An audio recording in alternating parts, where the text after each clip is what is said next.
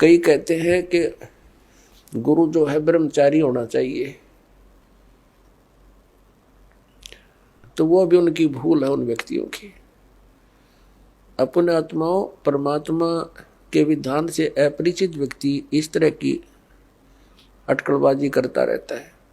तो इन सब प्रमाणों से हमें सिद्ध होगा कि गुरु कैसा होना चाहिए, शिष्य के क्या लक्षण होने चाहिए, कैसे उसमें गुण होने चाहिए, और गुरु जी के अंदर कैसे लक्षण होने चाहिए। अब सुखदेव ऋषि बाल ब्रह्मचारी और साधु संत ऋषि और राजा जनक गृहस्थी, उसने ब्याह करवा रखे गणे क्योंकि राजा था। अब वहां तो वो बोल नहीं सका भगवान विष्णु के सामने, तो वापस आ गया। वापस आया तो वहां ऋषि और अन्य ऋषियों के पास जैसे पहले खूब छाती खोल कर जाया करता था, उधर न्यू जावा मुंह लटकाए। उन्होंने पूछा ऋषि जी आपको क्या ऐसी क्या घटना घट गई, बहुत दुखी से नजर आते हो। तो उसने सारी कहानी बता दी कि मैं विष्णु जी के लोक में गया था और भगवान ने मुझे वहां रहने नहीं दिया। तो उन्होंने अन्य ऋषि देवों ने पूछा कि ऐसी बात नहीं हो सकती, भगवान विष्णु तो बहुत प्यार करते हैं, बहुत अच्छे भगवान हैं, कोई बात और गड़बड़ी पावेगी, कुछ और गलती कर रखी होगी आपने। तब उसने बताया कि मैंने गुरु धारण नहीं कर रखा, और भगवान ने यह कंडीशन रख रखी है कि जिसका गुरु होगा वही स्वर्ग में रह सकता है, विष्णु जी के स्वर्ग में। तब अन्य जितने भी देव ऋषि थे उन्होंने कहा ऋषि जी आप तो बहुत भारी भूल किए बैठे हो, हमने तो ये सोचा था आपने कोई गुरु बना रखा होगा, आपने बहुत भारी गलती कर रखी है, बिना गुरु के फिर रहे हो, आपने जीवन नाश कर दिया। अब वहां उसने फिर बताया कि भगवान ने मेरे सामने एक समस्या और पैदा कर दी। क्या पैदा कर दी कि कहा है कि राजा जनक से नाम लो, तो वो क्या कहता है कि राजा जनक गृहस्थी बाई और कैसे शीश नवाऊं जाई। वो एक गृहस्थी में बाल ब्रह्मचारी, और कैसे नमस्कार करूंगा मैं उसको, मेरी इज्जत का नाश हो जाएगा। अब ये मान बढ़ाई और इज्जत यह भी भक्ति का एक दुश्मन है। परमात्मा कहते हैं राज तजना सहज है और सहज त्रिया का ने, मान बढ़ाई ईर्षा ये दुर्लभ तजना ये, अरे इनके तजे बिना भगवान नहीं मिला, चाहे कितनी बकवाद कर ले।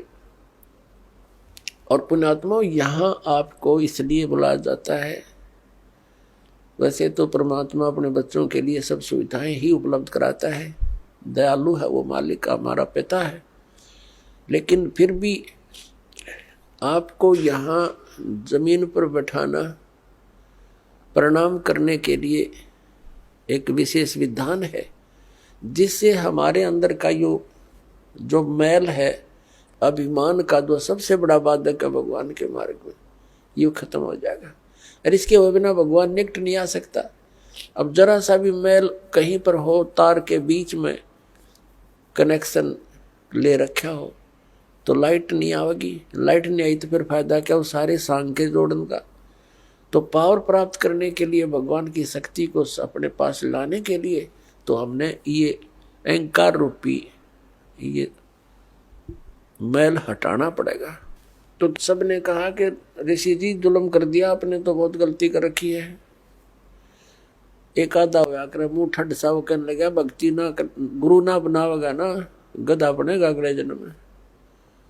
अब उसने जब यह बात सुनी, क्योंकि पुण्यकर्मी प्राणी तो होते ही हैं ये, लेकिन अज्ञान के कारण ये अपने अपनी अटकल मारते रहते हैं। जब इनको ज्ञान होता है तो तुरंत त्याग देते हैं उन बकवादों को। एकदम उसके झटका लगा, उसको अपना पिछले जन्मों की काफी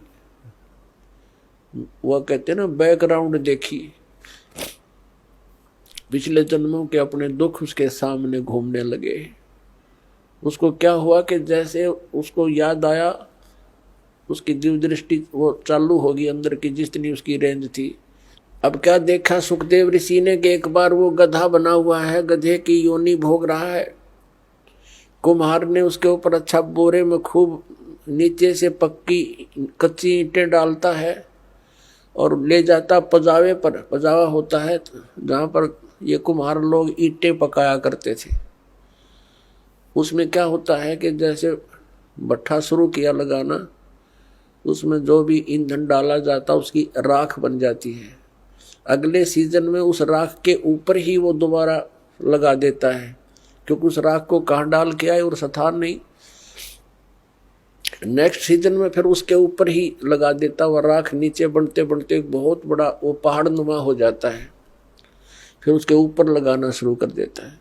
तो उसके ऊपर गधे से नीचे से कच्ची ईंटें ले जाता है ऐसे ऐसे, और वहाँ कच्ची ईंटें उतार देता है। वो उसके थैले से कमर पर लाद रखा होता है और वहाँ तुरंत पक्की ईंटें भर देता है और फिर मार कर लठ नीचे चलता कर देता है। यानी नीचे से भी लद्या जा, ऊपर से भी लद्या आवे। कहते हैं मैं अंधा हो गया, 2-3 वर्ष ऐसे कठिन काम भी लिया मेरे से। मेरे मालिक ने अंधा हो गया तो मुझे त्याग दिया, जंगल में छोड़ दिया। मैं चलता, एक पगडंडी सी पकड़ दी मैंने, उस पर चलता चलता जा रहा था। आगे कोई नाला था, एकदम नाले में अगले पैर टिके, वापस आने में असमर्थ रहा। आगे जाने की मैं भलाई समझी, छलांग लगाई। वो ऐसा नाला था कि मैं फिट हो गया उसमें। आगे मुंह टिक गया, पीछे तो पीठ हट गई, पैर लटक गए। और उस रास्ते पर इक्का दुक्का कोई व्यक्ति आता था, जंगल में गांव से दूर था। तो जो व्यक्ति कोई इक्का दुक्का आवे, मुझे निकालने का प्रयत्न नहीं किया, मेरे ऊपर कमर पर पैर रखकर पार हो जा, पुली बना ली मेरी।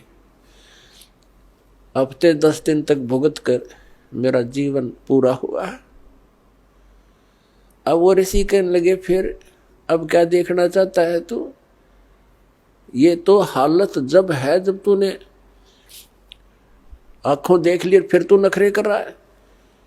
तो उसकी जो बुद्धि के सुकरीव ढीले हो रहे थे वो टाइट हो गए 1 मिनट में, और चल पड़ा वहां से। फिर आ गया अपने पिता व्यास जी के पास। जब सुखदेव ऋषि का जन्म हुआ, वो 12 वर्ष तक मां के गर्भ में रहे थे, और उसको मां के गर्भ में इस प्राणी को सब पता होता है कि बाहर जाते बिजली गिरेगी। एकदम क्या होता है मां के गर्भ में, तो इन ब्रह्मा विष्णु महेश इनमें एक गुण है। रज ब्रह्मा जी रजगुणी है, रजोगुण है इसके अंदर, और विष्णु जी सतोगुण है, और शंकर जी तमोगुण है। तो इनके गुणों का प्रभाव बाहर आते ही बच्चे पर एकदम असर कर जाता है।